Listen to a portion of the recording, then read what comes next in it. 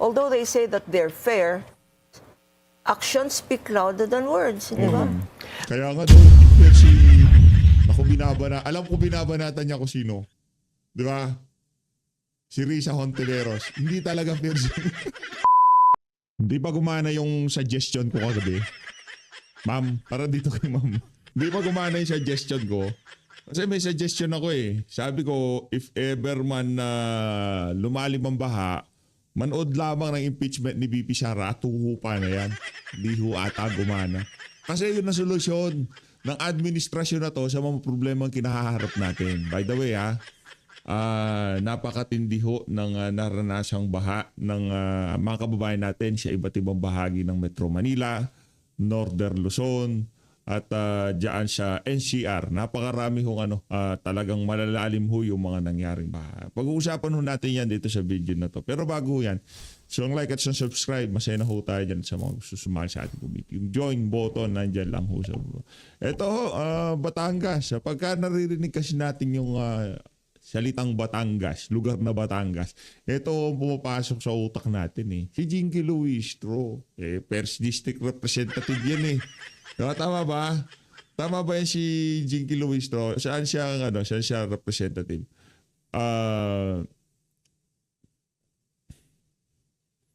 Jinky Luistro. Tama. Second District. Segunda Distrito. Naalala niyo ho ba yung mga kataga niya dito? Ito. Panoorin ho muna natin ito. Itong video na to. Tapos pakinggan natin si Luistro tapos punta tayo dito sa video. Sa panahon ni Speaker Martin Romualdez, bumaha at bumagyo ng biyaya dito sa ikalawang distrito. Congresswoman Jervil Louis. Sakto ba? Wala pa na si Luistro. Sakto ba? Ulitin natin. Malupit eh. Malupit yung pagkakadali ni Luistro doon eh. Ulitin natin ha. Tuloy natin. 1, 2, 3, go. Sa panahon ni Speaker Martin Romualdez, bumaha at bumagyo ng biyaya dito sa ikalawang distrito. Lamahan natin si Luistro. Sinasabi ko sa inyo mga kababayan, di ba? Sa Batangas ho yan, sa mga hindi nakakaalam, Batangas ho yan. Kaya para sa mga kababayan natin, kung sakali man, medyo nakakaranas ho kayo ng hirap ngayong mga panahon na to. Baka sakali. Yung impeachment trial ni VP Sara. Makatulong. Accountability. Pero dito walang accountability, ganon. Diba? Bukas mag-impeachment na naman tayo. Habang ganito ang nararanasan ng ating mga kababayan, impeachment ho ni VP Sara ang inaatupag nila sa Senado. Ito. Whatever you are witnessing right now ay hindi po mangyayari without the leadership of the best ever Speaker of the Congress. Ulitin natin. Whatever you are witnessing right now ay hindi po mangyayari without the leadership of the best ever Speaker of the Congress of the Philippines. At ito po ang palagi kong sinasabi sa inyo. Ayan. Kung bakit bumabagyo at bumabaha ng biyaya sa 2nd District. It is because of our dear Speaker. Ayan. So once again, let me state my lines. Kaya may AX dahil ni Speaker. Kaya may akap dahil ni Speaker. Kaya may tupad dahil ni Speaker. Kaya may mga barangay road dahil ni Speaker. Kaya may patubig dahil ni Speaker. At kaya may groundbreaking ngayon dahil ni Speaker. Dahil ni Speaker pala. So, kaya may baha dahil ni Speaker. So, kaya ngayong mga panahon na to, kahit dahil ni Speaker lahat ng nangyayari, impeach si VP Sara Duterte. Palakpakan ho natin ang gobyerno ni Marcos Jr., di ba? Pupunta na tayo kay ate. Medyo bumabad tayo ng konti dito. Dito muna kay ito. kay Regal Olivete. Game. Sa panahon ni Speaker Martin Romualdez, bumaha at bumagyo ng biyaya dito sa ikalawang distrito. Congresswoman Jervil Luistro is becoming one of the most recognizable face in Philippine politics. Not because of legislation, but because of controversy. May nagsasabing may 8 million pesos legal fee issue daw involving the law office of Attorney Manasseh Carpio. She denies it and challenges anyone to produce the documents. May mga nagtatanong din tungkol sa flood control project sa kanyang distrito. Totoo, may mga proyekto, pero hanggang ngayon, wala pang ebidensya nagpapatunay na may personal siyang kinalaman sa anumang anomalya. Wala. Dito sa lagay na to, walang kinalaman si Congressman. Pambira naman, Ma'am Regal. Ma'am Regal Olivia, walang kinalaman si Luistro dyan. Dito sa bahana, walang kinalaman. Ang tanong ng publiko, Sa mga fair ba corruption naman dyan. magtanong? Siyempre. Then Sa there mga was the corruption now dyan. infamous laway moment. Lawag mo. Viral. Yes, relevant. Not really. Mas mahalagang pag-usapan ang laman ng argumento kaysa laman ng bibig. At syempre, nariyan ang kanyang pagiging isa sa pinakamalapit na kaalyado ni Speaker Martin Romualdez. Walang masama sa pagiging loyal. Pero kapag ikaw ang lead prosecutor sa mga usaping may political undertones, people will naturally ask, can loyalty and impartiality comfortably sit in the same chair? Sa batas, allegations are not evidence. Ngunit sa politika, perception is often the first witness. And perhaps that's Congresswoman Jervil Luistro's biggest trial. Another day, another Regal POV. Simple lang. Ngayon, yarin lamang nandito tayo sa mga Di ko alam kung sinong pinariringgan nitong si ate Ito. Pakinggan natin to. Okay. Sa mga korupsyon dyan. Sa mga korupsyon Sana dyan. mapanood nyo to. Uy, Luistro. Si Luistro, makausap mo. Kasi 3 lang tayo dito. At saka si Bibi Sara pala nakaturo kay Luistro. 4 lang tayo dito. Di ako politiko ate. Hindi ka politiko. Si Bibi Sara, ini-impeach to. Hindi korupsyon to. Ito, ini-impeach. Okay? Ini-impeach to kasi galit yung mga korupsyon sa kanya. Baka si Luis po kausap niya. Tuloy natin. Kasi hindi po biro yung dinadanas namin dito. Nagpastaw na dito, pa-rescue naman kami. Rescue, Luis Pro. Dami na kaya mo. Bakit di mo sila i-rescue? Baka may makakita ng video na to, pa-share kami, nagpastaw na. Yung mga taga-barracks di pa nakakalabas, na-stranded na po, may mga bata po dito. Grabe naman. Luis Pro. Ano ba yan? Ayun yung baha.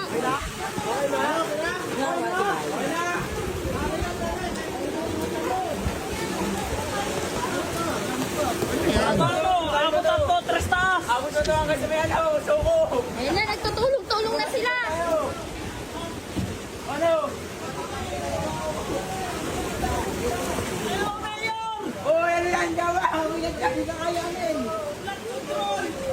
Siguro po bandang mga 12 na po yun na gabi, hating gabi na po. Actually po patulog na rin yung mga tao nun eh. Tapos po nung naanuhan ko po siya na mag-video po ako, gawa po na matagal po kasi dumating yung mga rescuer. Kaya napag-isipan po ng mga ng mga kalugar ko na magtulong-tulong po para po makalabas yung mga tao sa barracks. Gawa nga po na may buntis, may baby. Yun po, para po makalabas. Nice. Yung sa lubid naman po, ano po yun ang lugar namin, galing po yun sa barangay.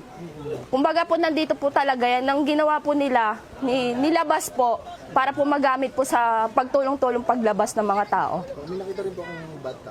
Yung sa badab naman po, doon po yung sabihanan ko, ginagamit po namin yung para pag, in case na mailabas yung mga ibang tao. Ayun po.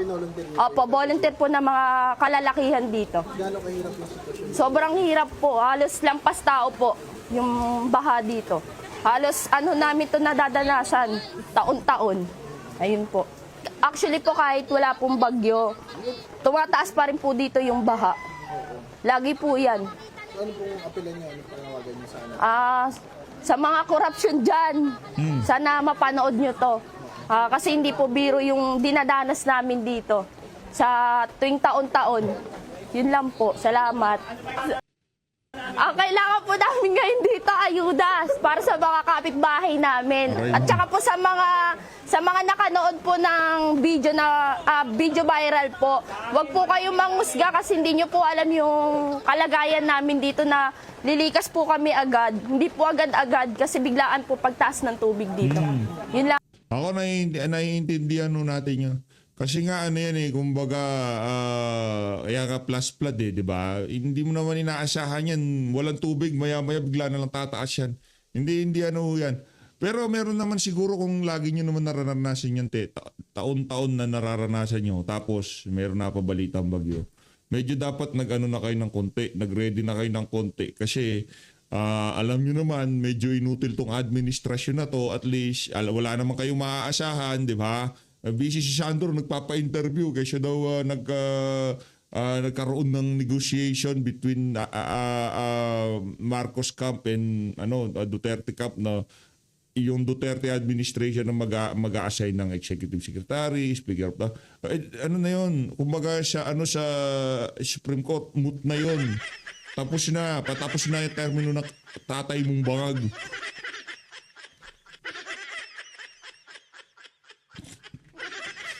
Diba? Wala ni. Sabihin mo yan nung pagkapasok na sa administrasyon ng tatay mo. Pero ngayong patapos na administrasyon, ngayon mo kami pabibidahan na yung Duterte na yan, nag-ano pa yan, di ba? Ganyan pa yan. Nagkaroon pa ng negotiation din di ba? Hindi na, wala nang kagat yan para sa sambayan ng Pilipino. Huli na sir. Pag-usapan natin itong baha na to, dito tayo mag-usap-usap. Kasi sobrang kalbaryo ang dinaranas ng ating mga kababayan dito sa dito sa baha na to. Nagpunta ka sa nagpa-interview ka diyan sa diyan sa tawag dito. Diyan sa sa bagay katoto mo naman pala yan di ba? Yung di umanong kalaguyo nitong si mga katoto niya yan Yung mga naratibo niya sigurado ipapalabas sa mainstream media. O sige, naman ho tayo, ika nga medyo pampainit tayo dahil ngayon medyo malamig ang panahon. Pampainit ho tayo. Pakinggan ho natin ang interview netong si ito. Yan, Billionaire News Channel ho tayo. Kay Kapunan, yan. Parang bulldozer yan. Oo.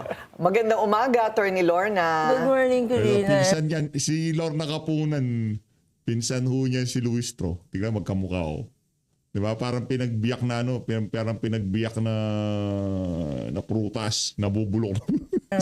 Nice to be here face to face. Face to face. Oo. Co-anchor ko siya doon. Kaya sanay siya. Okay. Attorney Lorna, nakakatulog ka pa ba? Oo naman. Oo naman. You have to. Ang sakit naman nun.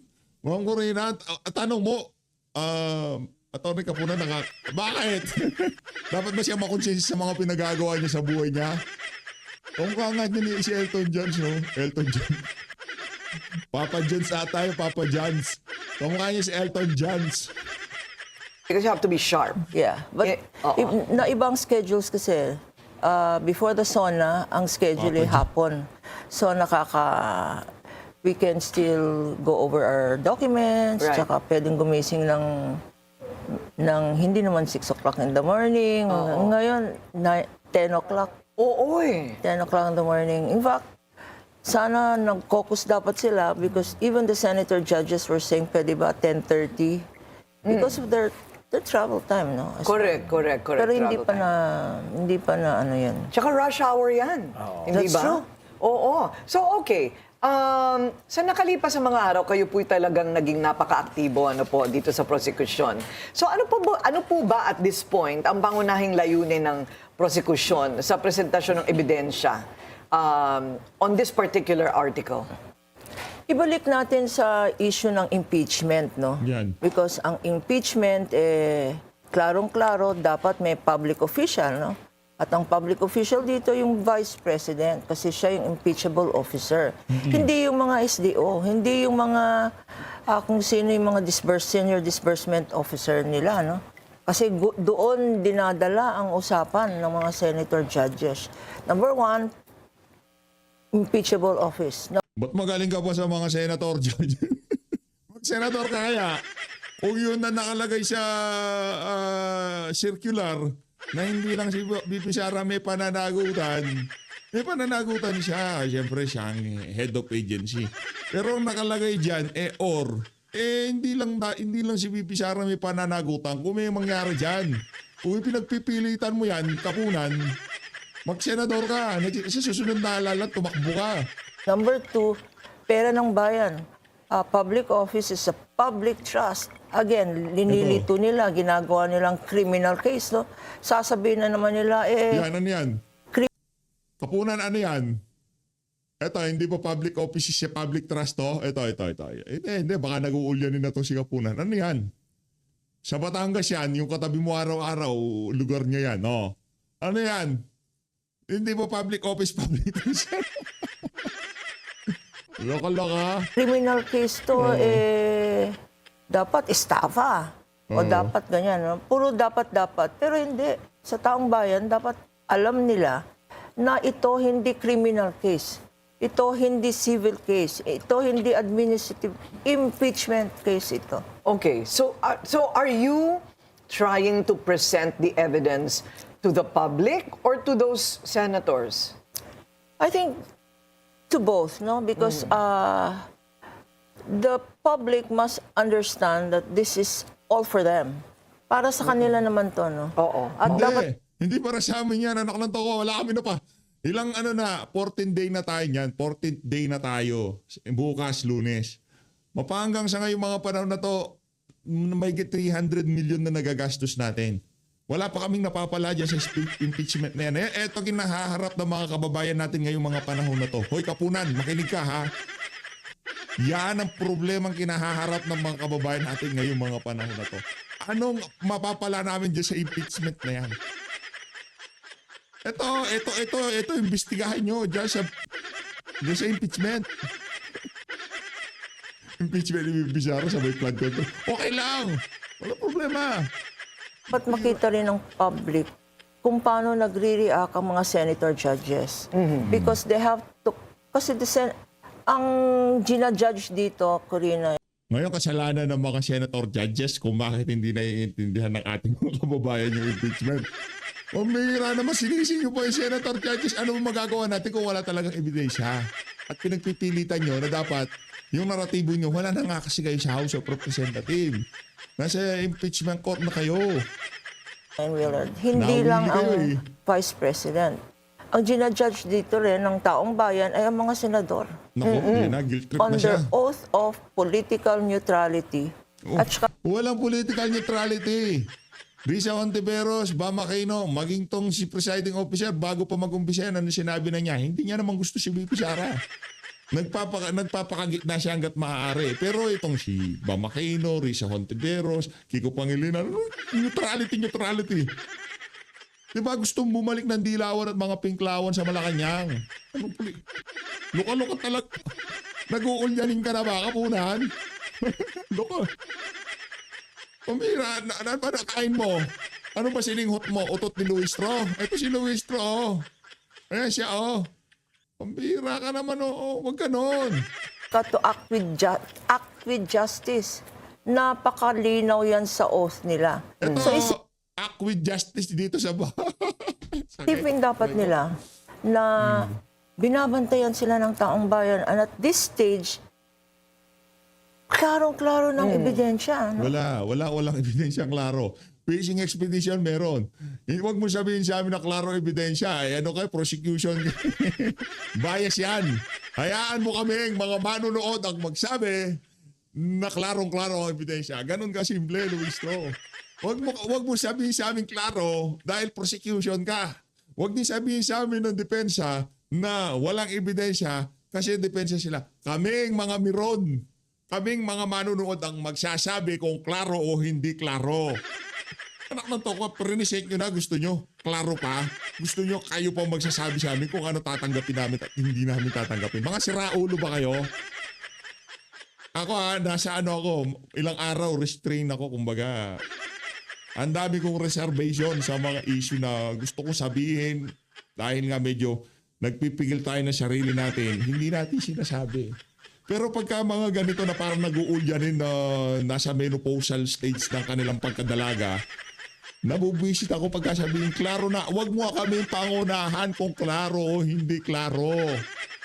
Kung sa'yo klaro na, nakamukha mo si Elton Jones, yun ang klaro sa'yo.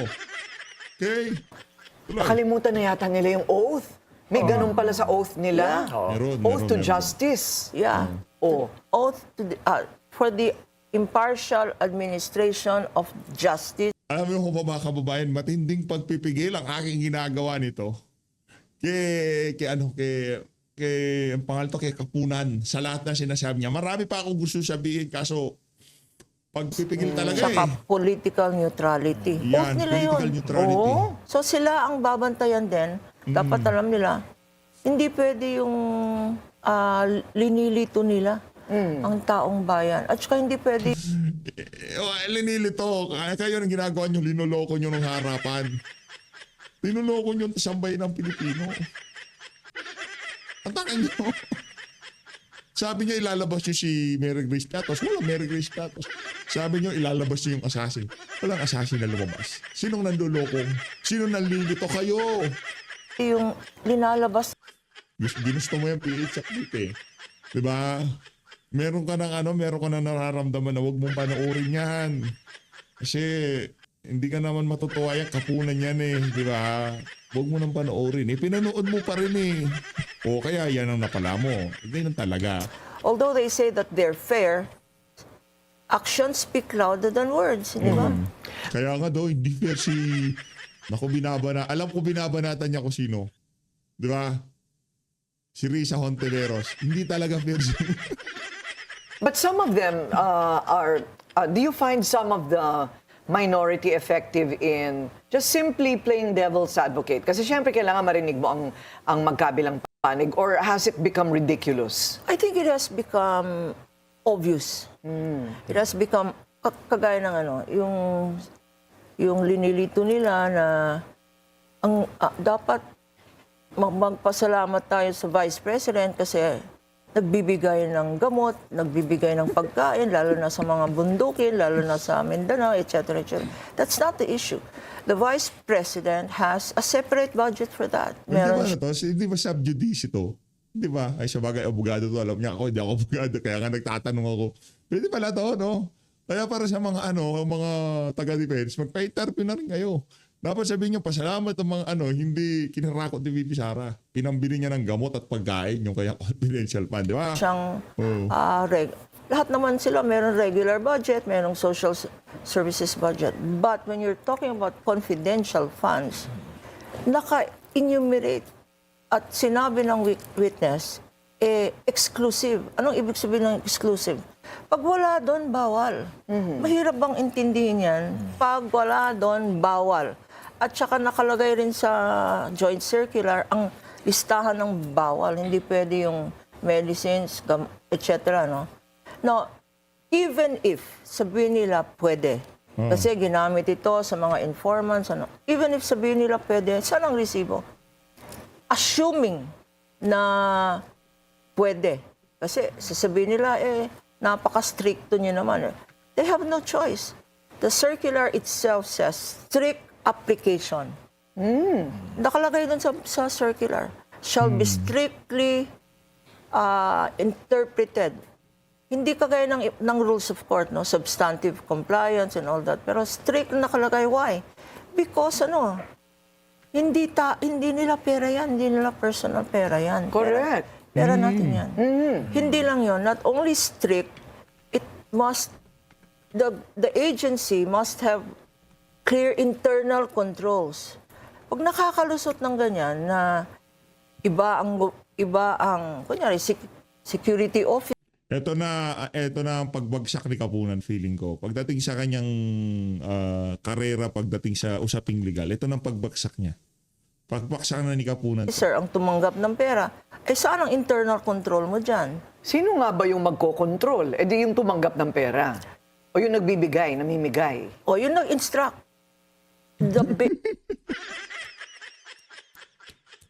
Yung nag-instruct, automatic si Bibi. Ikaw naman, Mama Corina, hindi ka marunong sumunod sa script. Yung nag-instruct. The boss, sino bang boss? Sino bang head ng agency? Ayan. Because hindi namang gagalaw. Hindi pa ba para dito kaya Kapunan? Hindi pa ba sapat? Kulang pa ba? Kulang pa? Hindi ba gumagana yung nyo sa tawag dito sa yung oras na ibinigay sa inyo ng impeachment court? Mambira talagang maging sa mga interview, binababaran nyo pa. Kayo naman, oo. Masyado kayong halata. Ang isang disbursement officer or security or kung sino man yon, pag wala namang orders ang head of agency. And thereby command responsibility. Clear responsibility, hindi lang command, express responsibility kasi nakalagay doon sa circular at sa batas. It is the head of agency who is the accountable officer. Tapos nakita natin sa House Committee on Justice, no? Because sasabihin na nila, sige, winidraw yan, pero klaro ba kung sinong gumamit yan? Teka. Kung pera ng bayan yan, bakit it was withdrawn from land bank in cash? Tapos lumusot pa sa likod yung mga kumuha ng pera. I mean, it's not transparent. At saka Hindi transparent?